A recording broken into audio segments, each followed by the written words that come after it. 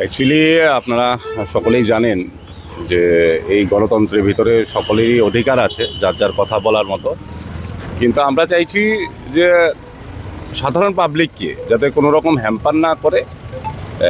সবাই যার যারা আলোচনা রাখতেই পারে, তাদের দাবি দেওয়া রাখতেই পারে, সেটাতে আমাদের কোনো আপত্তি নেই, কিন্তু সাধারণ পাবলিক যাতে তারা কোনো রকম হ্যাম্পার না হয়। আমরা শুনেছি যে এখানে দাঁড়িয়ে একটা গসিপিং চলছিল, একটা হ্যাম্পারিং করার একটা প্ল্যান চলছিল।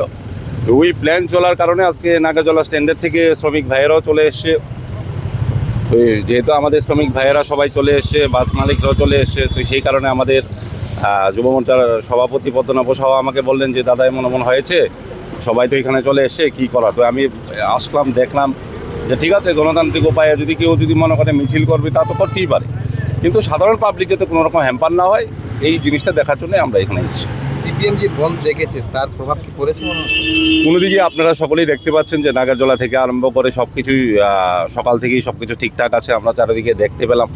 সেই জায়গাতে এখন কর্মনাশা সেই বন্ধকে কেউই সাপোর্ট করে না, সেই কারণে বন্ধ পুরোপুরি একদম অসফল, সেদিক থেকে কোনো নির্দ্বিধায় আমরা বলতে পারি। Thank you.